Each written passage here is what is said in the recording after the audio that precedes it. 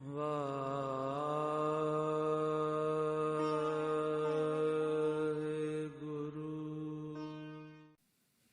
ਸਤਿਨਾਮ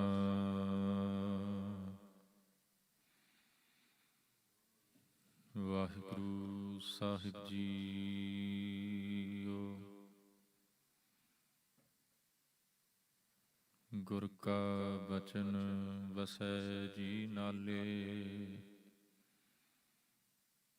ਜਲ ਨਹੀਂ ਡੂਬੈ ਤਸਕਰ ਨਹੀਂ ਲੇਵੈ,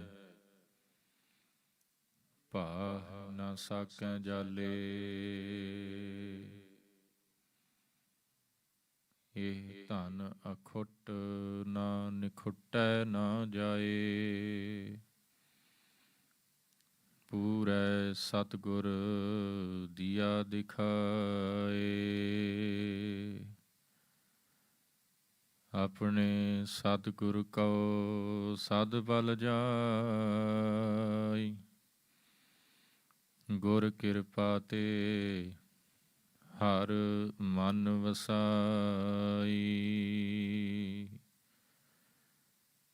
ਆਪਣੇ ਸਤਿਗੁਰ ਕਉ ਸਦ ਬਲ ਜਾਈ, ਗੁਰ ਕਿਰਪਾ ਤੇ ਹਰ ਮਨ ਵਸਾਈ।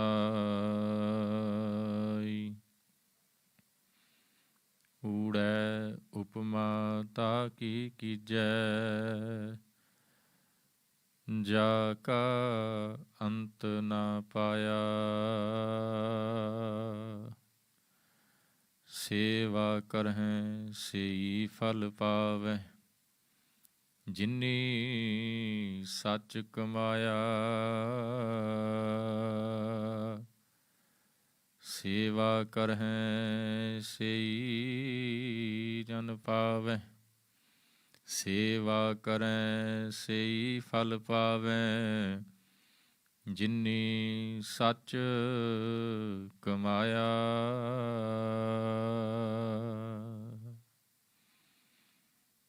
ਪਰਮ ਸਨਮਾਨਯੋਗ ਚਵਰ ਛਤਰ ਤਖਤ ਦੇ ਮਾਲਕ, ਕੁੱਲ ਕਾਇਨਾਤ ਦੇ ਰਹਿਬਰ, ਜੁਗੋ ਜੁਗ ਅਟਲ ਪਰਮ ਕਿਰਪਾਲੂ ਪਾਤਸ਼ਾਹ, ਧੰਨ ਧੰਨ ਸਤਿਗੁਰੂ ਗੁਰੂ ਗ੍ਰੰਥ ਸਾਹਿਬ ਮਹਾਰਾਜ ਜੀ ਦੀ ਪਾਵਨ ਪਵਿੱਤਰ ਹਜ਼ੂਰੀ ਅੰਦਰ ਸੱਜ ਬੈਠੀ ਗੁਰੂ ਸਾਜੀ ਨਿਵਾਜੀ ਸਾਧ ਸੰਗਤ ਜੀ, ਸਤਿਗੁਰਾਂ ਦੀ ਅਪਾਰ ਬਖਸ਼ਿਸ਼ ਸਦਕਾ ਧੁਰ ਕੀ ਬਾਣੀ ਦਾ ਰਸ ਪਿੰਨਾ ਕੀਰਤਨ ਭਾਈ ਸਾਹਿਬ ਜੀ ਦੇ ਜਥੇ ਪਾਸੋਂ ਸਰਵਣ ਕੀਤਾ ਹੈ। ਸਾਧ ਸੰਗਤ ਜਿੱਥੇ ਬੜੇ ਪਿਆਰ ਦੇ ਨਾਲ ਕੀਰਤਨ ਦੇ ਵਿੱਚ ਹਾਜ਼ਰੀ ਭਰੀ ਹੈ, ਉੱਥੇ ਕੁਝ ਕੁ ਸਮਾਂ ਜੋ ਪਿਛਲੇ ਸਮੇਂ ਤੋਂ ਧੰਨ ਗੁਰੂ ਨਾਨਕ ਸਾਹਿਬ ਮਹਾਰਾਜ ਜੀ ਦੀ ਪਾਵਨ ਬਾਣੀ ਪੱਟੀ ਲਿਖੀ, ਇਸ ਪਾਵਨ ਬਾਣੀ ਦੀ ਵਿਚਾਰ ਆਪ ਸਰਬੱਤ ਸੰਗਤ ਨਾਲ ਸਾਂਝੀ ਕਰ ਰਿਹਾ।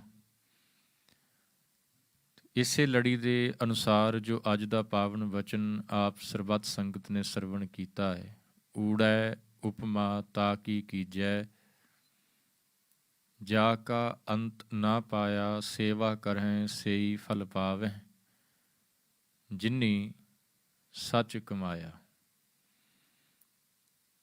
ਸਤਿਗੁਰੂ ਜੀ ਇਹਨਾਂ ਬਚਨਾਂ ਦੇ ਵਿੱਚ ਬਖਸ਼ਿਸ਼ ਕਰਦੇ ਨੇ, ਗੁਰਮੁਖੀ ਦਾ ਜੋ ਊੜਾ ਅੱਖਰ ਹੈ, ਪਹਿਲਾ ਲੈਟਰ ਹੈ ਜਿਹੜਾ ਊੜਾ,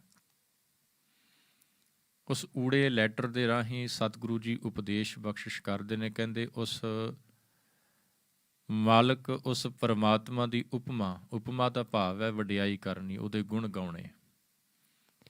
ਉਸ ਮਾਲਕ ਦੇ ਕਹਿੰਦੇ ਗੁਣ ਗਾਉਣੇ ਚਾਹੀਦੇ ਨੇ ਜਿਸ ਦਾ ਅੰਤ ਨਹੀਂ ਪਾਇਆ ਜਾ ਸਕਦਾ।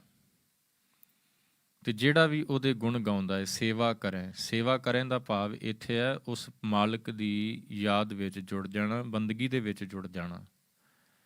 ਜੇਕਰ ਸੇਵਾ ਦਾ ਲਿਟਰਲ ਮੀਨਿੰਗ ਕਰਾਂਗੇ ਤਾਂ ਇਹਦਾ ਭਾਵ ਇਹ ਹੁੰਦਾ ਹੈ ਜੀ ਕਿ ਆਪਣੇ ਹੱਥਾਂ ਦੇ ਨਾਲ ਸੇਵਾ ਕਰਨੀ। ਜਿਸ ਤਰ੍ਹਾਂ ਆਪਾਂ ਲੰਗਰ ਦੇ ਵਿੱਚ ਸੇਵਾ ਕਰਦੇ ਹਾਂ, ਗੁਰੂ ਘਰ ਦੇ ਵਿੱਚ ਝਾੜੂ ਦੀ ਸੇਵਾ ਕਰਦੇ ਹਾਂ ਜਾਂ ਹੋਰ ਵੀ ਕਿਸੇ ਤਰੀਕੇ ਦੇ ਨਾਲ ਸੇਵਾ ਕਰਦੇ ਹਾਂ, ਇਹ ਲਿਟਰਲ ਮੀਨਿੰਗ ਹੋਣਗੇ ਸੇਵਾ ਦੇ ਇਸ ਪਾਵਨ ਪੰਕਤੀ ਦੇ ਵਿੱਚ।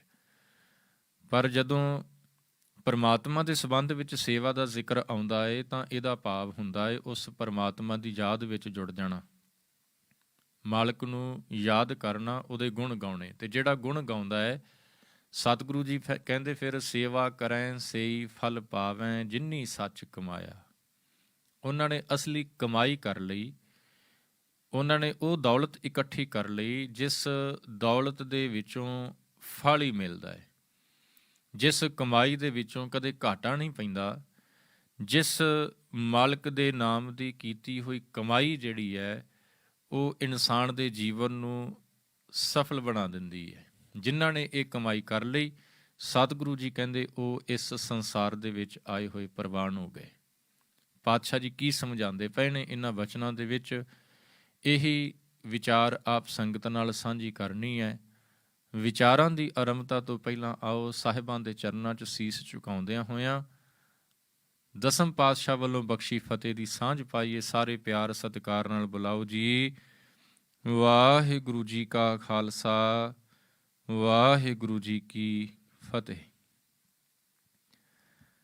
ਸਾਧ ਸੰਗਤ, ਜਿਹੜੇ ਭਾਵਨਾ ਵਾਲੇ ਬਾਣੀ ਪੜ੍ਹਨ ਵਾਲੇ ਨੇ, ਜਿਨ੍ਹਾਂ ਨੇ ਗੁਰੂ ਗ੍ਰੰਥ ਸਾਹਿਬ ਮਹਾਰਾਜ ਜੀ ਦੇ ਦਰਸ਼ਨ ਕੀਤੇ ਹੋਣ, ਇੱਥੇ ਦਰਸ਼ਨ ਦਾ ਭਾਵ ਜਿਨ੍ਹਾਂ ਨੇ ਸਮੁੱਚੇ ਸ੍ਰੀ ਗੁਰੂ ਗ੍ਰੰਥ ਸਾਹਿਬ ਮਹਾਰਾਜ ਜੀ ਦਾ ਸਹਿਜ ਪਾਠ ਕੀਤਾ ਹੋਵੇ, ਤੇ ਸ਼ਾਇਦ ਉਹਨਾਂ ਨੇ ਇਹ ਖਿਆਲ ਕੀਤਾ ਹੋਵੇਗਾ ਕਿ ਗੁਰੂ ਗ੍ਰੰਥ ਸਾਹਿਬ ਮਹਾਰਾਜ ਜੀ ਦੇ ਵਿੱਚ ਸਤਿਗੁਰਾਂ ਨੇ ਦੋ ਤਰ੍ਹਾਂ ਦੀ ਦੌਲਤ ਦਾ ਜ਼ਿਕਰ ਕੀਤਾ ਹੈ, ਦੋ ਤਰ੍ਹਾਂ ਦੀ ਵੈਲਥ ਦਾ ਸਤਿਗੁਰਾਂ ਨੇ ਬਾਣੀ ਦੇ ਵਿੱਚ ਜ਼ਿਕਰ ਕੀਤਾ ਹੈ। ਤੇ ਜੇਕਰ ਬਾਣੀ ਦੇ ਨਾਲ ਪਿਆਰ ਹੈ ਤਾਂ ਇੱਕ ਗੁਰੂ ਅਮਰਦਾਸ ਮਹਾਰਾਜ ਜੀ ਦਾ ਬੜਾ ਪਿਆਰਾ ਬਚਨ ਹੈ, ਹੁਕਮਨਾਮਾ ਵੀ ਉਹ ਉਸ ਪਾਵਨ ਬਚਨਾਂ ਦਾ ਤਕਰੀਬਨ ਆਇਆ ਕਰਦਾ ਹੈ। ਉਹਨਾਂ ਵਚਨਾਂ ਦੇ ਵਿੱਚ ਸਤਿਗੁਰਾਂ ਨੇ ਜ਼ਿਕਰ ਕੀਤਾ, ਇਹ ਜਿਹੜੀ ਦੋ ਤਰ੍ਹਾਂ ਦੀ ਦੌਲਤ ਹੈ ਨਾ, ਉਸ ਬਚਨ ਦੇ ਵਿੱਚ ਗੁਰੂ ਅਮਰਦਾਸ ਮਹਾਰਾਜ ਬਖਸ਼ਿਸ਼ ਕਰਦੇ ਨੇ। ਉਹ ਕਿਹੜੀ ਹੈ? ਕਹਿੰਦੇ ਕਾਚਾ ਧਨ ਸੰਚਹਿ ਮੂਰਖ ਗਵਾਰ, ਮਨ ਮੁਖ ਭੂਲੇ ਅੰਧ ਗਵਾਰ, ਵਿਖਿਆ ਕੈ ਧਨ ਸਦਾ ਦੁਖ ਹੋਏ, ਨਾ ਸਾਥ ਜਾਏ ਨਾ ਪ੍ਰਾਪਤ ਹੋਏ। ਪਹਿਲੀ ਦੌਲਤ ਹੈ ਜੀ ਜਿਹਨੂੰ ਸਤਿਗੁਰਾਂ ਨੇ ਕਿਹਾ ਕੱਚਾ ਧਨ। ਕੱਚਾ ਦਾ ਮਤਲਬ ਹੈ, ਕੱਚਾ ਇਸ ਕਰਕੇ ਕਿ ਇਹ ਦੌਲਤ ਸਾਥ ਜਾਣ ਵਾਲੀ ਨਹੀਂ ਹੈ। ਕੱਚਾ ਧਨ, ਕੱਚਾ ਧਨ ਦਾ ਭਾਵ ਹੈ ਸੰਸਾਰ ਦੀ ਮਾਇਆ, ਸੰਸਾਰ ਦੇ ਪਦਾਰਥ ਜਿਨ੍ਹਾਂ ਨੂੰ ਆਪਾਂ ਇਕੱਠਾ ਕਰਦੇ ਹਾਂ। ਸਾਹਿਬ ਜੀ ਕਹਿੰਦੇ ਇਹ ਨਾ ਸਾਥ ਜਾਏ ਨਾ ਪ੍ਰਾਪਤ ਹੋਏ, ਇਹ ਕੱਚਾ ਧਨ ਹੈ, ਇਹਨੇ ਨਾਲ ਨਹੀਂ ਜਾਣਾ ਤੇ ਨਾ ਹੀ ਇਹਦੇ ਵਿੱਚੋਂ ਕੁਝ ਪ੍ਰਾਪਤੀ ਹੋਣੀ ਹੈ। ਤੇ ਜੇ ਇਹਨੇ ਨਾਲ ਨਹੀਂ ਜਾਣਾ, ਇਹਦੇ ਵਿੱਚੋਂ ਕੁਝ ਪ੍ਰਾਪਤੀ ਨਹੀਂ ਹੋਣੀ, ਤੇ ਫਿਰ ਕੀ ਸਾਨੂੰ ਇਹ ਮਾਇਆ, ਇਹ ਦੌਲਤ ਕਮਾਉਣੀ ਨਹੀਂ ਚਾਹੀਦੀ? ਚਲੋ ਇਹਨੂੰ ਆਪਾਂ ਇੱਕ ਗੁਰੂ ਨਾਨਕ ਸਾਹਿਬ ਮਹਾਰਾਜ ਜੀ ਦੇ ਜੀਵਨ ਦੇ ਵਿੱਚੋਂ ਘਟਨਾ ਦੇ ਨਾਲ ਹੋਰ ਸਮਝ ਲਈਏ, ਸੌਖਾ ਸਮਝ ਵਿੱਚ ਪੈ ਜਾਏਗਾ। ਜਦੋਂ ਗੁਰੂ ਨਾਨਕ ਸਾਹਿਬ ਲਾਹੌਰ ਪਹੁੰਚਦੇ ਨੇ ਤੇ ਉੱਥੇ ਕੀ ਦੇਖਿਆ ਸਾਹਿਬ ਜੀ ਨੇ? ਜਵਾਹਰ ਮਲ ਦਾ ਚੌਹੱਟਾ ਹੈ ਜੀ, ਤੇ ਉੱਥੋਂ ਦਾ ਰਹਿਣ ਵਾਲਾ ਏ ਦੁਨੀ ਚੰਦ, ਜਿਨ੍ਹਾਂ ਨੂੰ ਆਪਾਂ ਭਾਈ ਦੁਨੀ ਚੰਦ ਵੀ ਕਹਿੰਦੇ ਹਾਂ। ਕੀ ਦੇਖਿਆ ਗੁਰੂ ਨਾਨਕ ਸਾਹਿਬ ਮਹਾਰਾਜ ਨੇ ਕਿ ਉਹਦੇ ਘਰ ਦੇ ਉੱਤੇ ਨਾ 7 ਝੰਡੇ, ਝੰਡੇ ਦਾ ਭਾਵ ਫਲੈਗ, 7 ਝੰਡੇ ਉਹਦੇ ਘਰ ਦੇ ਉੱਤੇ ਝੂਲਦੇ ਪਏ ਨੇ। ਤੇ ਰਿਵਾਜ਼ ਕੀ ਸੀ, ਟ੍ਰੈਡੀਸ਼ਨ ਕੀ ਸੀ ਕਿ ਜਿਹਦੇ ਕੋਲ ਜਿੰਨੀ ਦੌਲਤ ਹੈ ਉਨੇ ਹੀ ਉਹਦੇ ਘਰ ਦੀ ਛੱਤ ਦੇ ਉੱਤੇ ਝੰਡੇ ਹੋਣਗੇ। ਤੇ ਇਤਿਹਾਸ ਵਿੱਚ ਲਿਖਿਆ, ਕਹਿੰਦੇ ਉਹਦੇ ਘਰ ਦੇ ਉੱਤੇ ਨਾ 7 ਝੰਡੇ ਝੂਲਦੇ ਪਏ ਸੀ। ਮਤਲਬ ਉਸ ਟਾਈਮ ਤੇ ਗੁਰੂ ਨਾਨਕ ਸਾਹਿਬ ਦਾ ਸਮਾਂ ਅੱਜ ਤੋਂ ਕੋਈ 550 ਸਾਲ ਪਹਿਲਾਂ 7 ਝੰਡਿਆਂ ਦਾ ਉਹਦੇ ਘਰ ਦੀ ਛੱਤ ਦੇ ਉੱਤੇ ਝੁਲਣਾ, ਇਹ ਦੱਸਦਾ ਹੈ ਕਿ ਉਹਦੇ ਕੋਲ ਆਲਮੋਸਟ 7 ਲੱਖ ਦੇ ਕਰੀਬ ਦੌਲਤ ਸੀ, 7 ਲੱਖ ਦੇ ਕਰੀਬ ਉਹਦੇ ਕੋਲ ਪੈਸਾ ਸੀ। ਤੇ ਗੁਰੂ ਨਾਨਕ ਸਾਹਿਬ ਨੇ ਜਦੋਂ ਦੇਖਿਆ ਤੇ ਹੁਣ ਸਮਝ ਗਏ ਕਿ ਅੱਖਾਂ ਦੇ ਉੱਤੇ ਨਾ ਪੱਟੀ ਵੱਜੀ ਪਈ ਹੈ ਮਾਇਆ ਦੀ, ਇਸ ਮਾਇਆ ਨੂੰ ਹੀ ਸਮਝ ਕੇ ਸਭ ਕੁਝ ਬੈਠਾ ਹੋਇਆ ਹੈ। ਸਮਝਾਇਆ ਨਾ, ਤਾਂ ਸਾਖੀ ਤੋਂ ਤੁਸੀਂ ਸਾਰੇ ਜਾਣੂ ਹੋ, ਗੁਰੂ ਨਾਨਕ ਸਾਹਿਬ ਨੇ ਇੱਕ ਸੂਈ ਦਿੱਤੀ, ਦੇ ਕੇ ਕੀ ਕਿਹਾ, ਕਹਿਣ ਲੱਗੇ ਦੁਨੀ ਚਾਹੁੰਦੇ ਤੇਰੇ ਕੋ ਆਪਾਂ ਅਗਲੇ ਜਹਾਨ ਦੇ ਵਿੱਚ ਲਵਾਂਗੇ। ਲੈ ਕੇ ਚਲਾ ਗਿਆ ਘਰ ਦੇ ਵਿੱਚ, ਤੇ ਘਰ ਜਦੋਂ ਜਾ ਕੇ ਆਪਣੀ ਘਰ ਵਾਲੀ ਨੂੰ ਦਿੰਦਾ ਹੈ ਉਹ ਸੂਈ, ਤਾਂ ਘਰ ਵਾਲੀ ਕਹਿੰਦੀ ਇਹ ਤੁਸੀਂ ਕੀ ਵਾਅਦਾ ਕਰ ਆਏ ਹੋ? ਕਹਿੰਦੇ ਫਕੀਰ ਨੇ ਮੈਨੂੰ ਦਿੱਤੀ ਹੈ, ਕਹਿੰਦਾ ਸੀ ਕਿ ਮੈਂ ਅਗਲੇ ਜਹਾਨ ਦੇ ਵਿੱਚ, ਇਸ ਦੁਨੀਆ ਤੋਂ ਬਾਅਦ ਜਦੋਂ ਸੰਸਾਰ ਨੂੰ ਛੱਡ ਕੇ ਅੱਗੇ ਜਾਣਾ ਹੈ ਨਾ, ਉਦੋਂ ਮੈਂ ਤੇਰੇ ਕੋਲੋਂ ਲਵਾਂਗਾ ਉੱਥੇ। ਕਹਿੰਦੀ ਤੁਸੀਂ ਸੋਚ ਕੇ ਦੇਖੋ, ਇਹ ਕੀ ਵਾਅਦਾ ਕਰਕੇ ਆ ਗਏ ਹੋ, ਨਾਲ ਤਾਂ ਕੁਝ ਵੀ ਨਹੀਂ ਜਾਣਾ, ਇਹ ਸੂਈ ਤੇ ਬੜੀ ਦੂਰ ਦੀ ਗੱਲ ਹੈ, ਇੱਕ ਕਿਣਕਾ ਮਾਤਰ ਵੀ ਨਾਲ ਨਹੀਂ ਜਾਣਾ, ਇਹ ਸੂਈ ਕਿਵੇਂ ਲੈ ਜਾਓਗੇ? ਉਹ ਥੋੜ੍ਹੀ ਜਿਹੀ ਸਮਝ ਪਈ ਤੇ ਵਾਪਸ ਆਣ ਕੇ ਗੁਰੂ ਨਾਨਕ ਸਾਹਿਬ ਮਹਾਰਾਜ ਨੂੰ ਉਹਨੇ ਸੂਈ ਦਿੱਤੀ ਤੇ ਨਾਲ ਹੀ ਕਿਹਾ, ਕਹਿਣ ਲੱਗੇ ਬਾਬਾ ਪਤਾ ਲੱਗਾ ਹੈ ਕਿ ਨਾਲ ਤਾਂ ਜਾਣਾ ਕੁਝ ਨਹੀਂ, ਤੇ ਫਿਰ ਆਹ ਸੂਈ ਮੈਂ ਤੁਹਾਨੂੰ ਉੱਥੇ ਕਿਵੇਂ ਦੇਵਾਂਗਾ, ਇਹ ਵੀ ਇੱਥੇ ਹੀ ਰਹਿ ਜਾਣੀ ਹੈ। ਤੇ ਗੁਰੂ ਨਾਨਕ ਸਾਹਿਬ ਮਹਾਰਾਜ ਨੇ ਕਿਹਾ, ਕਹਿਣ ਲੱਗੇ ਦੁਨੀ ਚੰਦ, ਜੇ ਆਹ ਛੋਟੀ ਜਿਹੀ ਸੂਈ ਨਹੀਂ ਤੂੰ ਨਾਲ ਲੈ ਕੇ ਜਾ ਸਕਦਾ, ਤੇ ਆਹ ਜਿਹੜੇ 7 ਝੰਡੇ ਆਪਣੇ ਘਰ ਦੀ ਛੱਤ ਦੇ ਉੱਤੇ ਝੁਲਾਈ ਬੈਠਾ, ਕਿ ਇਹ ਮਾਇਆ ਤੇਰੇ ਨਾਲ ਜਾਣੀ ਹੈ? ਸਮਝ ਪੈ ਗਈ ਜੀ, ਦਿਮਾਗ ਦੇ ਵਿੱਚ ਗੱਲ ਪੈ ਗਈ ਗੁਰੂ ਨਾਨਕ ਸਾਹਿਬ ਦੀ। ਗੁਰੂ ਨਾਨਕ ਸਾਹਿਬ ਦਾ ਸਮਝਾਉਣ ਦਾ ਤਰੀਕਾ ਬੜਾ ਪਿਆਰਾ ਜੀ। ਇਸ ਤਰੀਕੇ ਦੇ ਨਾਲ ਸਮਝਾਉਂਦੇ ਨੇ ਕਿ ਹਰ ਇੱਕ ਨੂੰ, ਭਾਵੇਂ ਕੋਈ ਅਣਜਾਣ ਵੀ ਕੋਈ ਕਿਉਂ ਨਹੀਂ ਹੈ, ਉਹਨੂੰ ਵੀ ਸਮਝ ਪੈ ਜਾਂਦੀ ਹੈ। ਤੇ ਮੈਂ ਤਾਂ ਕਹਿਣਾ, ਵੈਸੇ ਨਾ ਮਾਫ ਕਰਨਾ, ਮੈਂ ਥੋੜਾ ਜਿਹਾ ਬੇਨਤੀ ਜ਼ਰੂਰ ਲੱਗਾ ਕਰਨ, ਉਹ ਜਿਹੜਾ ਸਮਾਂ ਹੈ ਨਾ ਗੁਰੂ ਨਾਨਕ ਸਾਹਿਬ ਵਾਲਾ, ਉਹਨਾਂ ਸਮਿਆਂ ਦੇ ਵਿੱਚ ਜਿਹੜੇ ਲੋਕ ਸੀ ਬਹੁਤੇ ਪੜ੍ਹੇ ਲਿਖੇ ਨਹੀਂ, ਤੁਹਾਨੂੰ ਸਾਰਿਆਂ ਨੂੰ ਪਤਾ ਹੈ। ਉਦੋਂ ਕਿਹੜੀਆਂ ਕਾਲਜ ਜਾਂ ਯੂਨੀਵਰਸਿਟੀਆਂ ਹੁੰਦੀਆਂ ਸੀ ਕਿ ਜਿੱਥੇ ਲੋਕ ਪੜ੍ਹ ਕੇ ਡਿਗਰੀਆਂ ਪ੍ਰਾਪਤ ਕਰਦੇ ਸੀ ਜੀ। ਉਹਨੇ ਸਕੂਲ ਪਾਸ ਕਰ ਲਿਆ, ਫਿਰ ਕਾਲਜ ਚਲਾ ਗਿਆ, ਗ੍ਰੈਜੂਏਸ਼ਨ ਹੋ ਗਈ ਜੀ, ਉਸ ਤੋਂ ਬਾਅਦ ਜੀ ਉਹਨੂੰ ਡਿਗਰੀ ਮਿਲ ਗਈ, ਯੂਨੀਵਰਸਿਟੀ ਵੀ ਉਹਨੇ ਕਲੀਅਰ ਕਰ ਲਈ। ਉਦੋਂ ਥੋੜ੍ਹੀ ਨਾ ਹੁੰਦੀਆਂ ਸੀ ਇਹ। ਪਰ ਕਮਾਲ ਦੀ ਗੱਲ ਤਾਂ ਇਹ ਹੈ ਕਿ ਜਦੋਂ ਗੁਰੂ ਨਾਨਕ ਸਾਹਿਬ ਉਹਨਾਂ ਨੂੰ ਸਮਝਾਉਂਦੇ ਨੇ, ਉਹਨਾਂ ਨੂੰ ਸਮਝ ਬੜੀ ਜਲਦੀ ਪੈ ਜਾਂਦੀ ਹੈ, ਬੜੀ ਜਲਦੀ ਸਮਝ ਪੈਂਦੀ। ਸੱਜਣ ਠਾਕੁਰ ਨੂੰ ਸਮਝਾਇਆ, ਇੱਕ ਹੀ ਸ਼ਬਦ ਗੁਰੂ ਸਾਹਿਬ ਨੇ ਕਿਹਾ ਉਹਨੂੰ, ਕਹਿੰਦੇ ਸੱਜਣ ਹੈ ਤੇ ਸੱਜਣਾ ਵਾਲੇ ਕੰਮ ਵੀ ਕਰ। ਸਮਝ ਗਿਆ। ਜੇ ਕੌਡੇ ਰਾਖਸ਼ ਦੇ ਨਾਲ ਮੇਲ ਹੁੰਦਾ ਹੈ ਤੇ ਗੁਰੂ ਨਾਨਕ ਸਾਹਿਬ ਉਹਨੂੰ ਸਮਝਾਉਂਦੇ ਨੇ, ਉਹ ਵੀ ਸਮਝ ਜਾਂਦਾ ਹੈ। ਜੇ ਇੱਥੇ ਦੁਨੀ ਚੰਦ ਨੂੰ ਸਮਝਾਇਆ ਤੇ ਸਮਝ ਇਹਨੂੰ ਵੀ ਪੈ ਗਈ। ਸਾਧ ਸੰਗਤ, ਅਸੀਂ ਤਾਂ ਪੜ੍ਹੇ ਲਿਖੇ ਆ ਨਾ, ਸਾਡੇ ਕੋਲ ਤਾਂ ਡਿਗਰੀਆਂ ਵੀ ਨੇ, ਕਈ ਤੇ ਹੋਣਗੇ ਬਹੁਤ ਜ਼ਿਆਦਾ ਵਿਚਾਰੇ ਪੜ੍ਹੇ ਹੋਣਗੇ, ਉਹਨਾਂ ਦੇ ਕੋਲ ਤਾਂ 2-2 3-3 ਡਿਗਰੀਆਂ ਹੋਣਗੀਆਂ, ਕਈ ਡਿਪਲੋਮਾਸ ਵੀ ਕੀਤੇ ਹੋਣਗੇ। ਪਰ ਕੀ ਗੱਲ ਕਿ ਸਾਨੂੰ ਅਜੇ ਵੀ ਸਮਝ ਨਹੀਂ ਪੈਂਦੀ। ਉਹੀ ਬਾਣੀ ਹੈ, ਉਹੀ ਹਿਸਟਰੀ ਹੈ, ਸਭ ਕੁਝ ਉਹੀ ਸੇਮ ਹੀ ਹੈ। ਜਿਹੜੀ ਗੁਰੂ ਨਾਨਕ ਸਾਹਿਬ ਗੱਲ ਬਾਣੀ ਦੇ ਥਰੂ ਉਹਨਾਂ ਲੋਕਾਂ ਨੂੰ ਸਮਝਾਉਂਦੇ ਰਹੇ, ਉਹੀ ਬਾਣੀ ਅੱਜ ਵੀ ਆਪਾਂ ਪੜ੍ਹਦੇ ਹਾਂ, ਸੁਣਦੇ ਹਾਂ, ਕੀਰਤਨ ਸਰਵਣ ਕਰਦੇ ਹਾਂ, ਕਥਾ ਵਿਚਾਰਾਂ ਸਰਵਣ ਕਰਦੇ ਹਾਂ। ਪਰ ਕੀ ਅਸੀਂ ਪੜ੍ਹੇ ਲਿਖੇ ਹੋਣ ਦੇ ਬਾਵਜੂਦ ਵੀ ਉਨੀ ਕੁ ਗੱਲ ਨਹੀਂ ਸਮਝ ਸਕਦੇ? ਚਲੋ ਗੁਰੂ ਕਿਰਪਾ ਕਰੇ, ਕਿਤੇ ਆਪਣਾ ਮੇਰਾ ਭਰਿਆ ਹੱਥ ਸਿਰ ਤੇ ਰੱਖਣ, ਕਿਤੇ ਸਾਡੀ ਵੀ ਇਸ ਮੱਤ ਦੇ ਵਿੱਚ ਆਪਣੀ ਮੱਤ ਬਖਸ਼ਿਸ਼ ਕਰ ਦੇਣ। ਆਪਣੀ ਜਿਹੜੀ ਸਾਡੀ ਆਪਣੀ ਮੱਤ ਹੈ ਨਾ, ਅਸੀਂ ਉਹ ਛੱਡੀਏ, ਗੁਰੂ ਚਰਨਾਂ 'ਚ ਆਣ ਕੇ ਬੇਨਤੀ ਕਰਿਆ ਕਰੀਏ, ਫਿਰ ਕਿਤੇ ਕਿਰਪਾ ਹੋਣੀ ਹੈ। ਉਹ ਦੁਨੀ ਚੰਦ ਨੂੰ ਗੁਰੂ ਨਾਨਕ ਸਾਹਿਬ ਨੇ ਸਮਝਾਇਆ ਤੇ ਸਮਝ ਗਿਆ ਜੀ। ਕਹਿੰਦਾ ਵਾਕਈ ਨਾਲ ਤੇ ਬਾਬਾ ਜਾਣਾ ਕੁਝ ਨਹੀਂ। ਤੇ ਫਿਰ ਕੀਤਾ ਕੀ ਉਸਨੇ? ਉਹਨੇ ਉਹ ਜਿਹੜੀ ਮਾਇਆ ਸੀ ਨਾ, ਉਹਦੇ ਨਾਲ ਭਲਾ ਕਰਨਾ ਸ਼ੁਰੂ ਕਰ ਦਿੱਤਾ ਜੀ। ਲੋੜਵੰਦ ਕੋਈ ਹੋਣਾ, ਉਹਦੀ ਲੋੜ ਪੂਰੀ ਕਰਨੀ, ਲੰਗਰ ਲਗਾਉਣੇ ਉਹਨੇ ਸ਼ੁਰੂ ਕਰ ਦਿੱਤੇ। ਸੋ ਇੱਕ ਉਹ ਧਨ ਹੈ ਜਿਹਨੂੰ ਕੱਚਾ ਧਨ ਕਿਹਾ ਗੁਰੂ ਅਮਰਦਾਸ ਮਹਾਰਾਜ ਜੀ ਨੇ। ਕਹਿੰਦੇ ਇਹ ਨਾਲ ਨਹੀਂ ਜਾਣਾ। ਵਿਖਿਆ ਕੈ ਧਨ ਸਦਾ ਦੁੱਖ ਹੋਏ, ਨਾ ਸਾਥ ਜਾਏ ਨਾ ਪ੍ਰਾਪਤ ਹੋਏ, ਨਹੀਂ ਨਾਲ ਜਾਣਾ। ਦੂਜਾ ਧਨ ਹੈ ਜੀ ਜਿਸ ਨੂੰ ਗੁਰੂ ਅਮਰਦਾਸ ਮਹਾਰਾਜ ਕਹਿੰਦੇ ਨੇ ਸੱਚਾ ਧਨ। ਉਹ ਪੰਕਤੀ ਪੜ੍ਹ ਲਈ ਆਪਾਂ, ਇਸੇ ਪਾਵਨ ਬਚਨ ਦੀ ਹੈ ਜੀ।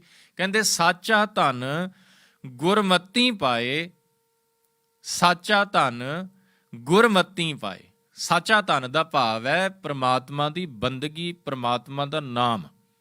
ਇਹ ਧਨ ਜਿਹੜਾ ਹੈ ਨਾ, ਇਹ ਗੁਰੂ ਦੇ ਕੋਲੋਂ ਪ੍ਰਾਪਤ ਹੋਣਾ ਹੈ।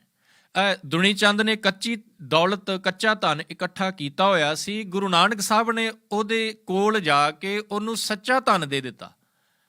ਉਹਦੇ ਕੱਚੇ ਧਨ ਦਾ ਜਿਹੜਾ ਪੜਦਾ ਪਿਆ ਹੋਇਆ ਸੀ ਨਾ, ਉਹਨੂੰ ਉਠਾ ਕੇ ਸੱਚੀ ਦੌਲਤ ਜਿਹੜੀ ਹੈ ਨਾ, ਉਹਦੀ ਝੋਲੀ ਦੇ ਵਿੱਚ ਪਾ ਦਿੱਤੀ। ਐਸੀ ਦੌਲਤ, ਹੁਣ ਦੇਖੋ ਜਿਹਦੇ ਕੋਲ ਦੌਲਤ ਹੈ ਨਾ ਜੀ, ਕੱਚਾ ਧਨ, ਸੰਸਾਰ ਦੀ ਮਾਇਆ ਜਿਹਦੇ ਕੋਲੇ, ਕੱਲੀ ਦੌਲਤ ਹੀ ਨਹੀਂ ਜੀ ਉਹਦੇ ਕੋਲ ਹੈ, ਹੋਰ ਵੀ ਬੜਾ ਕੁਝ ਉਹਦੇ ਕੋਲ ਆਉਂਦਾ ਜੀ ਨਾਲ। ਚਿੰਤਾ, ਸਭ ਤੋਂ ਵੱਡੀ ਜਿਹੜੀ ਪ੍ਰੋਬਲਮ ਚਿੰਤਾ ਲੈ ਕੇ ਆਉਂਦੀ ਹੈ ਇਹ ਦੌਲਤ ਨਾਲ। ਜਿੰਨੇ ਤੁਸੀਂ ਅਮੀਰ ਦੇਖੋਗੇ ਨਾ, ਸਤਿਗੁਰੂ ਜੀ ਕਹਿੰਦੇ ਉਹ ਸਾਰੇ ਚਿੰਤਤ ਹੋਣਗੇ।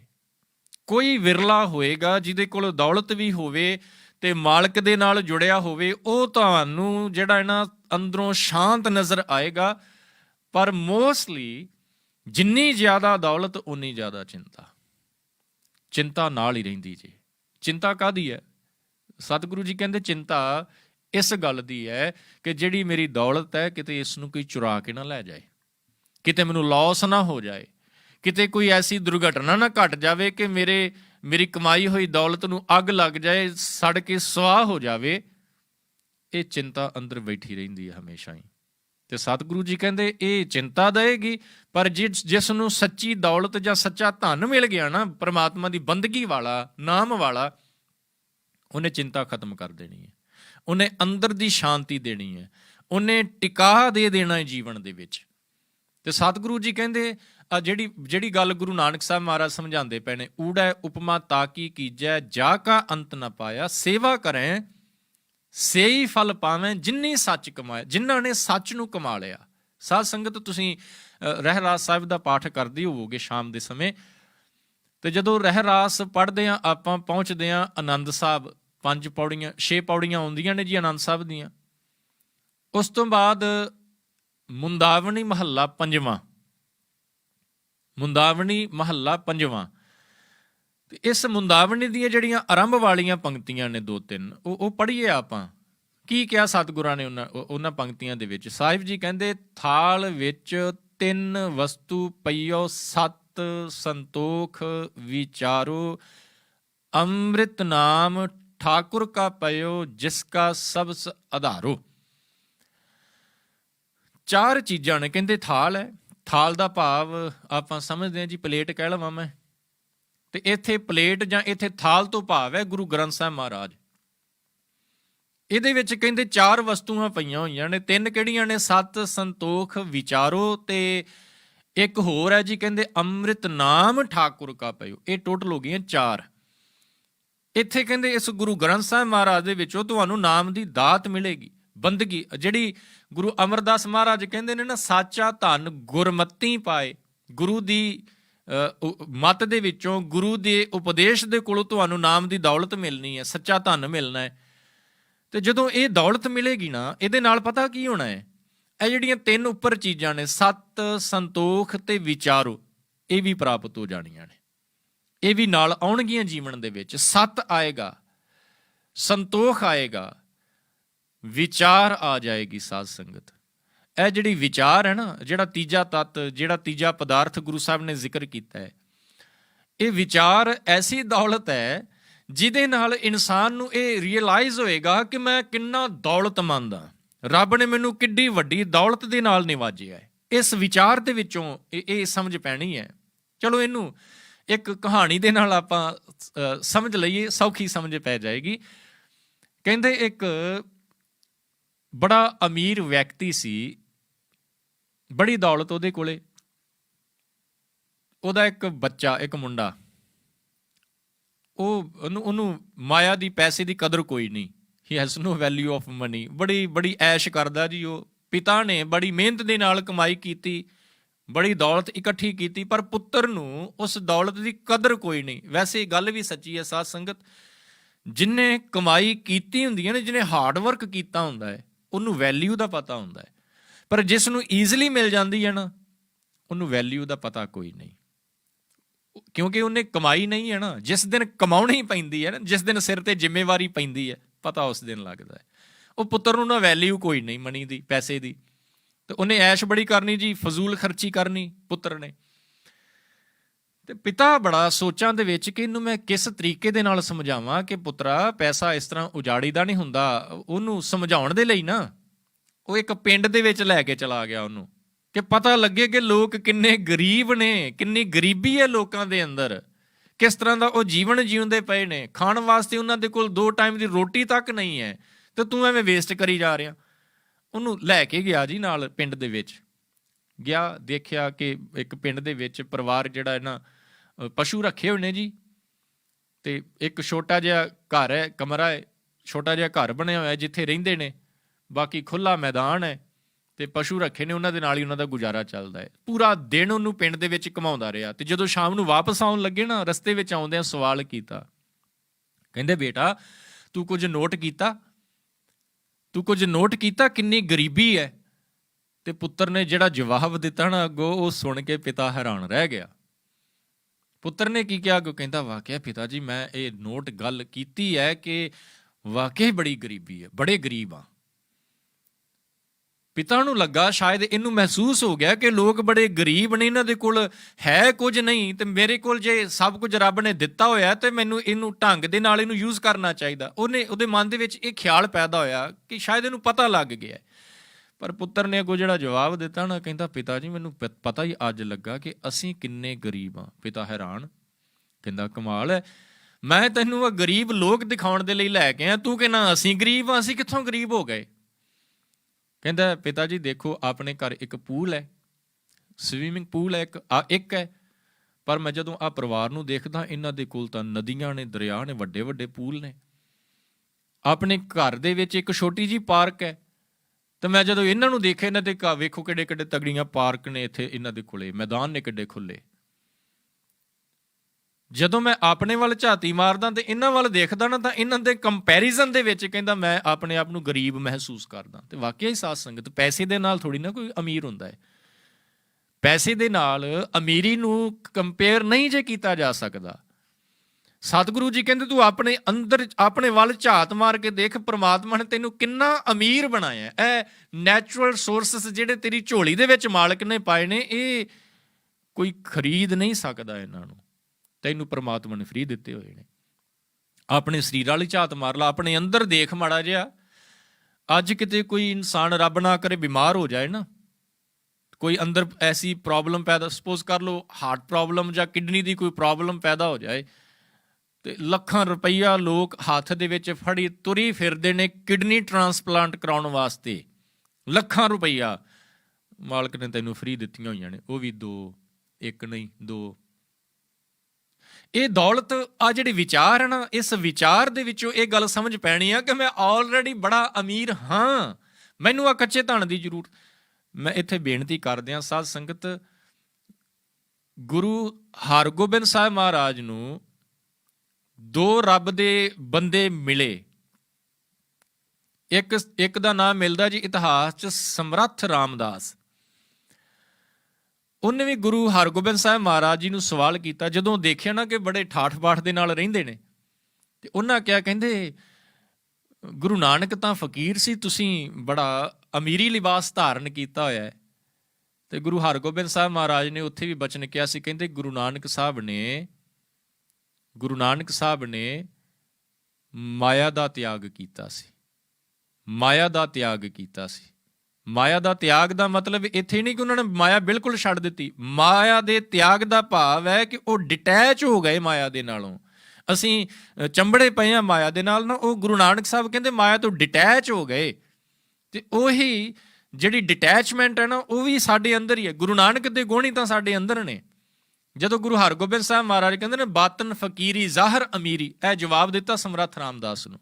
ਬਾਤਨ ਫਕੀਰੀ ਜ਼ਾਹਰ ਅਮੀਰੀ, ਕਹਿੰਦੇ ਇਹ ਜ਼ਰੂਰੀ ਨਹੀਂ ਕਿ ਜੇ ਸਾਡਾ ਰਹਿਣ ਸਹਿਣ ਇਸ ਤਰ੍ਹਾਂ ਦਾ ਹੈ ਤੇ ਅਸੀਂ ਮਾਇਆ ਦੇ ਵਿੱਚ ਬੜੇ ਫਸੇ ਪਏ ਹਾਂ।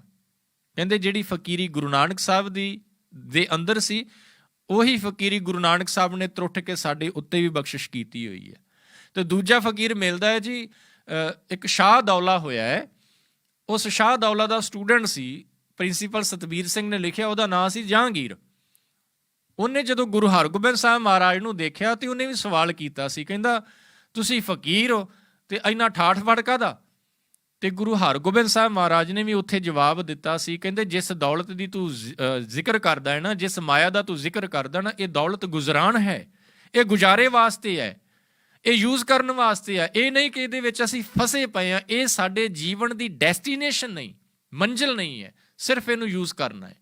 ਕਿਉਂਕਿ ਘਰ ਦਾ ਕੰਮ, ਖੁਰਾਕ ਦਾ ਪ੍ਰਬੰਧ, ਪਰਿਵਾਰ ਦੀ ਪਾਲਣਾ ਇਸ ਮਾਇਆ ਦੇ ਨਾਲ ਹੋਣੀ ਹੈ। ਬਾਣੀ ਦੇ ਵਿੱਚ ਸਤਿਗੁਰਾਂ ਨੇ ਕਿਤੇ ਨਹੀਂ ਜੀ ਕਿਹਾ ਕਿ ਮਾਇਆ ਦਾ ਤਿਆਗ ਕਰ ਦਿਓ। ਪਤਾ ਤਿਆਗ ਕਾਹਦਾ ਕਰਨਾ ਹੈ? ਸਤਿਗੁਰੂ ਜੀ ਕਹਿੰਦੇ ਡਿਟੈਚ ਹੋ ਇਹਦੇ ਨਾਲੋਂ, ਇਹਨੂੰ ਜੀਵਨ ਦੀ ਮੰਜ਼ਿਲ ਨਾ ਮੰਨ, ਇਹਨੇ ਨਾਲ ਨਹੀਂ ਜਾਣਾ, ਇੱਥੇ ਰਹਿ ਜਾਣੀ ਹੈ। ਇਹ ਗੱਲ ਸਮਝ ਪੈਣੀ ਹੈ ਵਿਚਾਰ ਦੇ ਵਿੱਚੋਂ। ਸਤ ਸੰਤੋਖ ਵਿਚਾਰੋ, ਵਿਚਾਰ ਦੇ ਵਿੱਚੋਂ ਇਹ ਗੱਲ ਸਮਝ ਪੈਣੀ ਹੈ। ਜਦੋਂ ਸਮਝ ਪੈ ਜਾਏਗੀ ਨਾ, ਇਨਸਾਨ ਆਪਣੇ ਆਪ ਨੂੰ ਬੜਾ ਅਮੀਰ ਮਹਿਸੂਸ ਕਰੇਗਾ। ਇਹੀ ਸੱਚ ਧਨ ਇਕੱਠਾ ਕਰਨ ਵਾਸਤੇ ਸਤਿਗੁਰਾਂ ਨੇ ਵਾਰ-ਵਾਰ ਬਾਣੀ ਦੇ ਵਿੱਚ ਸਾਨੂੰ ਕਿਹਾ ਹੈ। ਤੇ ਜਿਸ ਨੇ ਇਸ ਸੱਚੇ ਧਨ ਨੂੰ ਆਪਣੇ ਜੀਵਨ ਦੇ ਵਿੱਚ ਕਮਾਉਣਾ ਸਟਾਰਟ ਕਰ ਦਿੱਤਾ, ਸਤਿਗੁਰੂ ਜੀ ਕਹਿੰਦੇ ਉਹਦੇ ਵਰਗਾ ਅਮੀਰ ਹੀ ਦੁਨੀਆ ਦੇ ਵਿੱਚ ਕੋਈ ਨਹੀਂ। ਕਬੀਰ ਸਾਹਿਬ ਨੇ ਕਿਹਾ ਹੈ ਜੀ। ਕਬੀਰ ਸਾਹਿਬ ਦਾ ਬਚਨ ਪੜ੍ਹੋ, ਕੀ ਕਹਿੰਦੇ ਨੇ? ਕਹਿੰਦੇ ਦੁਨੀਆ ਦੇ ਵਿੱਚ ਲੋਕ ਜਿਹਦੇ ਕੋਲ ਪੈਸਾ ਹੈ ਉਹਨੂੰ ਅਮੀਰ ਕਹਿੰਦੇ ਨੇ, ਪਰ ਅਸਲ ਦੇ ਵਿੱਚ ਉਹ ਗਰੀਬ ਹੈ ਜਿਹਦੇ ਕੋਲ ਪਰਮਾਤਮਾ ਦੇ ਨਾਮ ਦੀ ਦੌਲਤ ਨਹੀਂ।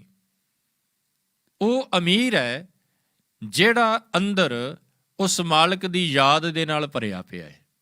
ਗੁਰੂ ਅਰਜਨ ਸਾਹਿਬ ਮਹਾਰਾਜ ਨੇ ਵੀ ਕਿਹਾ, ਕਬੀਰ ਸਾਹਿਬ ਦਾ ਬਚਨ ਕਹਿੰਦੇ, ਕਹੋ ਕਬੀਰ ਨਿਰਧਨ ਹੈ ਸੋਈ ਜਾ ਕੇ ਹਿਰਦੈ ਨਾਮ ਨਾ ਹੋਈ। ਜਿਸ ਦੇ ਹਿਰਦੇ ਵਿੱਚ ਪਰਮਾਤਮਾ ਦਾ ਨਾਮ ਨੇ, ਕਹਿੰਦੇ ਉਹ ਗਰੀਬ ਹੈ, ਤੇ ਜਿਹਦੇ ਅੰਦਰ ਨਾਮ ਦੀ ਦੌਲਤ ਹੈ ਉਹ ਅਮੀਰ ਹੈ। ਤੇ ਗੁਰੂ ਅਰਜਨ ਸਾਹਿਬ ਮਹਾਰਾਜ ਕਹਿੰਦੇ ਇੱਕ ਉਹ ਇਨਸਾਨ ਜਿਹਦੇ ਕੋਲ ਰਹਿਣ ਵਾਸਤੇ ਤਾਂ ਭਾਵੇਂ ਇੱਕ ਛੋਟਾ ਜਿਹਾ ਘਰ ਹੈ, ਜਿਹਦੇ ਕੋਲ ਪਹਿਨਣ ਵਾਸਤੇ ਚੰਗੇ ਕੱਪੜੇ ਵੀ ਨਹੀਂ, ਜਿਹਦੇ ਕੋਲ ਕੋਈ ਸੱਜਣ ਮਿੱਤਰ ਨਹੀਂ, ਕੋਈ ਰਿਸ਼ਤੇਦਾਰੀ ਨਹੀਂ। ਗਰੀਬ ਦੇ ਰਿਸ਼ਤੇਦਾਰ ਥੋੜੀ ਨਾ ਹੁੰਦੇ ਨੇ, ਸੱਜਣ ਮਿੱਤਰ ਥੋੜੀ ਹੁੰਦੇ ਹੈ। ਗਰੀਬ ਦੇ ਤਾਂ ਜੀ ਬਸ ਉਹ ਵਿਚਾਰਾ ਇਕੱਲਾ ਹੀ ਰਹਿੰਦਾ ਹੈ। ਸੱਜਣ ਮਿੱਤਰ, ਫਰੈਂਡ ਸਰਕਲ ਜਿਹੜਾ ਨਾ, ਇਹ ਅਮੀਰਾਂ ਦੇ ਚੋਚਲੇ ਹੈ, ਉਹਨਾਂ ਦੇ ਹੁੰਦੇ ਨੇ ਜੀ। ਗਰੀਬ ਦਾ ਥੋੜੀ ਕੋਈ ਹੁੰਦਾ ਹੈ। ਉਹਨੂੰ ਪਤਾ ਹੈ ਕਿ ਗਰੀਬ ਹੈ, ਕਿਤੇ ਮੰਗ ਨਾ ਲਵੇ ਕੁਛ, ਇਸ ਕਰਕੇ ਉਹਦੇ ਨਾਲ ਕੋਈ ਗੱਲ ਕਰਨੀ ਵੀ ਪਸੰਦ ਨਹੀਂ ਕਰਦਾ। ਪਰ ਗੁਰੂ ਅਰਜਨ ਸਾਹਿਬ ਮਹਾਰਾਜ ਕਹਿੰਦੇ ਜਿਹਦੇ ਕੋਲ ਕੁਛ ਨਹੀਂ ਨਾ, ਜੇਕਰ ਉਹ ਮਾਲਕ ਦੀ ਯਾਦ ਵਿੱਚ ਜੁੜਿਆ ਹੋਇਆ ਹੈ, ਤੇ ਸਤਿਗੁਰੂ ਜੀ ਕਹਿੰਦੇ ਰਾਜਾ ਸਗਲੀ ਸ੍ਰਿਸ਼ਟ ਕਾ ਹਰ ਨਾਮ ਮਨ ਭਿੰਨਾ।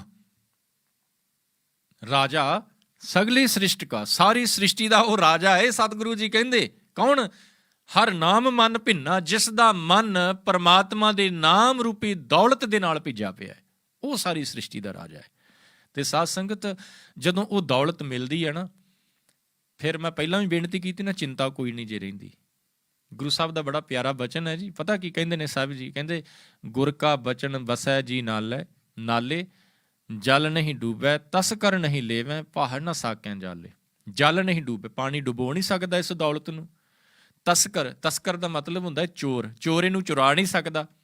ਪਹਾੜ ਨਾ ਸਾਕਿਆ ਜਾਲੇ, ਪਾਹ ਕਹਿੰਦੇ ਨੇ ਜੀ ਅੱਗ ਨੂੰ, ਅੱਗ ਇਹਨੂੰ ਸਾੜ ਨਹੀਂ ਸਕਦੀ। ਇਹ ਐਸੀ ਦੌਲਤ ਹੈ। ਤੇ ਜਿਸ ਨੂੰ ਪਾਣੀ ਡੁਬੋ ਨਹੀਂ ਸਕਦਾ, ਚੋਰ ਚੁਰਾ ਨਹੀਂ ਸਕਦਾ, ਅੱਗ ਸਾੜ ਨਹੀਂ ਸਕਦੀ, ਚਿੰਤਾ ਤੇ ਆਪੇ ਖਤਮ ਹੋ ਗਈ। ਚਿੰਤਾ ਤੇ ਚਲੀ ਗਈ ਨਾ। ਕੱਚੇ ਧਨ ਨੇ ਚਿੰਤਾ ਲੈ ਕੇ ਆਉਣੀ ਸੀ, ਇਸ ਸੱਚੇ ਧਨ ਨੇ ਚਿੰਤਾ ਨੂੰ ਖਤਮ ਕਰ ਦਿੱਤਾ ਹੈ। ਉਹਨੂੰ ਸਮਝ ਪੈ ਗਈ ਹੈ। ਕੀ ਸਮਝ ਪਈ ਹੈ? ਕਿ ਨਿਰਧਨ ਕਉ ਧਨ ਅੰਧਲੇ ਕਉ ਟਿਕ ਮਾਤ ਦੂਧ ਜੈਸੇ ਬਾਲੇ, ਮਾਤ ਦੂਧ ਜੈਸੇ ਬਾਲੇ। ਕਹਿੰਦੇ ਜਿਸ ਤਰ੍ਹਾਂ ਨਿਰਧਨ ਕਉ ਧਨ, ਪਰਮਾਤਮਾ ਦਾ ਨਾਮ, ਜਿਹਦੇ ਕੋਲ ਪੈਸਾ ਨਹੀਂ, ਉਹਦੇ ਵਾਸਤੇ ਇਹੀ ਦੌਲਤ ਹੈ। ਜਿਹਨੂੰ ਅੱਖਾਂ ਤੋਂ ਨਜ਼ਰ ਕੁਝ ਨਹੀਂ ਆਉਂਦਾ, ਉਹਦੇ ਵਾਸਤੇ ਇਹ ਪਰਮਾਤਮਾ ਦਾ ਨਾਮ ਹੀ ਸਹਾਰਾ ਹੈ। ਤੇ ਇਹ ਸਹਾਰਾ ਕਿਸ ਤਰ੍ਹਾਂ ਜੀ? ਜਿਸ ਤਰ੍ਹਾਂ ਕਹਿੰਦੇ ਮਾਤ ਦੂਧ ਜੈਸੇ ਬਾਲੇ, ਬੱਚੇ ਨੂੰ ਭੁੱਖ ਲੱਗੀ ਹੋਵੇ, ਮਾਂ ਦੁੱਧ ਪਿਆਉਂਦੀ ਹੈ ਨਾ, ਬਿਲਕੁਲ ਪਰਮਾਤਮਾ ਦਾ ਨਾਮ ਇਸ ਤਰ੍ਹਾਂ ਹੀ ਜੇ। ਜਿਸ ਨੂੰ ਇਹ ਦੌਲਤ ਮਿਲ ਗਈ, ਸਾਹਿਬ ਜੀ ਕਹਿੰਦੇ ਉਹ ਰੱਜ ਜਾਂਦਾ ਜੀ। ਮਾਂ ਦੁੱਧ ਪਿਲਾਵੇ ਤੇ ਬੱਚਾ ਰੱਜ ਜਾਂਦਾ ਹੈ ਨਾ, ਚੁੱਪ ਕਰ ਜਾਂਦਾ ਹੈ। ਜਿਹਨੂੰ ਇਹ ਦੌਲਤ ਮਿਲ ਗਈ, ਗੁਰੂ ਸਾਹਿਬ ਕਹਿੰਦੇ ਉਹ ਵੀ ਅੰਦਰੋਂ ਰੱਜ ਜਾਂਦਾ ਜੀ। ਉਹਦੇ ਅੰਦਰੋਂ ਸਾਰੀਆਂ ਭੁੱਖਾਂ ਖਤਮ ਹੋ ਜਾਂਦੀਆਂ ਨੇ। ਆਨੰਦ ਸਾਹਿਬ ਦੇ ਬਚਨ ਪੜ੍ਹ ਕੇ ਦੇਖ ਲਓ। ਗੁਰੂ ਅਮਰਦਾਸ ਮਹਾਰਾਜ ਕਹਿੰਦੇ ਸਾਚਾ ਨਾਮ ਮੇਰਾ ਆਧਾਰੋ, ਸਾਚ ਨਾਮ ਆਧਾਰ ਮੇਰਾ, ਜਿਨ ਭੁੱਖਾਂ ਸਭ ਗਵਾਈਆਂ। ਸਾਰੀਆਂ ਭੁੱਖਾਂ ਖਤਮ ਹੋ ਗਈਆਂ। ਤੇ ਜਿਹਦੇ ਅੰਦਰੋਂ ਸਾਰੀ ਭੁੱਖ ਹੀ ਖਤਮ ਹੋ ਗਈ, ਜਿਸ ਨੂੰ ਰਜਾ ਦਿੱਤਾ ਇਸ ਨਾਮ ਨੇ, ਇਸ ਦੌਲਤ ਨੇ, ਸਤਿਗੁਰੂ ਜੀ ਕਹਿੰਦੇ ਉਹੀ ਦੁਨੀਆ ਦੇ ਵਿੱਚ ਸਭ ਤੋਂ ਅਮੀਰ ਹੈ। ਤੇ ਇਹ ਸਮਝ ਪੈਣੀ ਹੈ। ਜਿੰਨੀ ਜਲਦੀ ਇਹ ਸਮਝ ਪੈ ਜਾਏ ਗੁਰੂ ਕਿਰਪਾ ਦੇ ਨਾਲ, ਓਨਾ ਹੀ ਚੰਗਾ ਹੈ ਸਾਧ ਸੰਗਤ। ਫਿਰ ਇਹ ਅਹਿਸਾਸ ਹੋਏਗਾ ਕਿ ਰੱਬ ਨੇ ਸਾਨੂੰ ਪੈਦਾ ਹੀ ਅਮੀਰ ਕੀਤਾ ਹੈ। ਉਹ ਸਾਡੀ ਮਾਨਸਿਕਤਾ ਹੈ, ਸਾਡੀ ਥੋੜੀ ਛੋਟੀ ਸੋਚ ਹੈ, ਜਿਹਦੇ ਰਾਹੀਂ ਅਸੀਂ ਆਪਣੇ ਆਪ ਨੂੰ ਗਰੀਬ ਮਹਿਸੂਸ ਕਰਦੇ ਹਾਂ, ਜਾਂ ਸਮਝਦੇ ਹਾਂ ਕਿ ਫਲਾਣੇ ਨੂੰ ਰੱਬ ਨੇ ਬੜਾ ਕੁਝ ਦਿੱਤਾ, ਮੈਨੂੰ ਕੁਝ ਨਹੀਂ ਦਿੱਤਾ। ਅਸਲ ਦੇ ਵਿੱਚ ਬਾਣੀ ਦਾ ਸਹਾਰਾ ਲੈ ਕੇ ਬਾਣੀ ਪੜ੍ਹ ਕੇ ਦੇਖੀਏ, ਸਤਿਗੁਰੂ ਜੀ ਕਹਿੰਦੇ ਭਲਿਆ ਰੱਬ ਦੇ ਨਾਲ ਜੁੜ, ਜਿਹੜਾ ਰੱਬ ਨਾਲ ਜੁੜਦਾ ਉਹਦੇ ਵਰਗਾ ਅਮੀਰ ਕੋਈ ਨਹੀਂ ਦੁਨੀਆ 'ਚ। ਸਤਿਗੁਰੂ ਜੀ ਕਿਰਪਾ ਕਰਨ। ਜਿਹੜਾ ਬਚਨ ਗੁਰੂ ਨਾਨਕ ਸਾਹਿਬ ਨੇ ਸਾਡੀ ਝੋਲੀ 'ਚ ਪਾਇਆ ਨਾ, ਊੜਾ ਉਪਮਾ ਤਾਂ ਕੀ ਕੀਜੈ, ਕਹਿੰਦੇ ਭਲਿਆ ਉਸ ਮਾਲਕ ਦੀ ਉਪਮਾ ਕਰਨੀ ਸ਼ੁਰੂ ਕਰ ਦੇ, ਉਹਦੇ ਗੁਣ ਗਾਉਣੇ ਸ਼ੁਰੂ ਕਰ ਦੇ। ਜਾ ਕਾ ਅੰਤ ਨਾ ਪਾਇਆ, ਜਿਸ ਪਰਮਾਤਮਾ ਦਾ ਅੰਤ ਨਹੀਂ ਪੈ ਸਕਦਾ। ਤੇ ਸੇਵਾ ਕਰੈਂ ਸੇਈ ਫਲ ਪਾਵੈਂ, ਜਿਨੀ ਸੱਚ ਕਮਾਇਆ, ਜਿਹੜੇ ਸੇਵਾ ਦੇ ਵਿੱਚ ਜੁੜ ਜਾਣਗੇ। ਸੇਵਾ ਦਾ ਫਿਰ ਮੈਂ ਰਿਪੀਟ ਕਰਦਿਆਂ, ਜਿਹੜੇ ਪ੍ਰਮਾਤਮਾ ਦੀ ਬੰਦਗੀ ਦੇ ਵਿੱਚ ਜੁੜ ਜਾਣਗੇ ਸੇਈ ਫਲ ਪਾਵੇ। ਹੁਣ ਸੇਵਾ ਦੇ ਦੋਨੋਂ ਅਰਥ ਸਾਧ ਸੰਗਤ, ਬੰਦਗੀ ਦੇ ਵਿੱਚ ਜੁੜਨਾ ਵੀ ਤੇ ਗੁਰੂ ਦੀ ਸੇਵਾ ਦੇ ਵਿੱਚ ਜੁੜ ਜਾਣਾ। ਜਦੋਂ ਸੇਵਾ ਤੇ ਸਿਮਰਨ ਦੋਨੋਂ ਇਕੱਠੇ ਹੋ ਗਏ, ਫਿਰ ਸਾਹਿਬ ਜੀ ਕਹਿੰਦੇ ਫਲ ਪਾਵੇਂ। ਉਹ ਫਲ ਮਿਲੇਗਾ ਜਿਹੜਾ ਕਦੇ ਇਨਸਾਨ ਨੇ ਸੁਪਨੇ ਵਿੱਚ ਵੀ ਨਹੀਂ ਸੋਚਿਆ ਹੋਏਗਾ। ਜਿਨ੍ਹੀਂ ਸੱਚ ਕਮਾਇਆ, ਜਿਨ੍ਹਾਂ ਨੇ ਸੱਚ ਨੂੰ ਕਮਾ ਲਿਆ, ਉਸ ਸਤ ਸੰਤੋਖ ਵਿਚਾਰੋ ਵਾਲੀ ਗੱਲ, ਜਿਹਦੇ ਜੀਵਨ ਦੇ ਵਿੱਚ ਇਹ ਗੁਣ ਆ ਗਏ। ਗੁਣਾਂ ਵਰਗੀ ਦੌਲਤ ਕੋਈ ਨਹੀਂ ਜੇ। ਗੁਣ ਹੋਵੇ ਇਨਸਾਨ ਦੇ ਕੋਲ ਤੇ ਉਹ ਕੁਝ ਵੀ ਕਰ ਸਕਦਾ ਹੈ। ਤੇ ਇਹ ਗੁਣ ਆਉਣਗੇ ਗੁਰੂ ਦੀ ਕਿਰਪਾ ਦੇ ਨਾਲ ਜੀਵਨ ਦੇ ਵਿੱਚ। ਸਤਿਗੁਰੂ ਜੀ ਰਹਿਮਤ ਕਰਨ, ਬਖਸ਼ਿਸ਼ ਕੀਤਾ ਹੋਇਆ ਪਾਵਨ ਬਚਨ ਸਾਡੇ ਹਿਰਦੇ ਵਿੱਚ ਵਸ ਜਾਵੇ ਜੀ। ਹੋਈਆਂ ਭੁੱਲਾਂ ਦੀ ਖਿਮਾ ਗੁਰੂ ਅਤੇ ਸੰਗਤ ਬਖਸ਼ਣ ਯੋਗ ਹੈ, ਬਖਸ਼ ਲੈਣਾ। ਬੁਲਾਓ ਫਤਿਹ। ਵਾਹਿਗੁਰੂ ਜੀ ਕਾ ਖਾਲਸਾ, ਵਾਹਿਗੁਰੂ ਜੀ ਕੀ ਫਤਿਹ।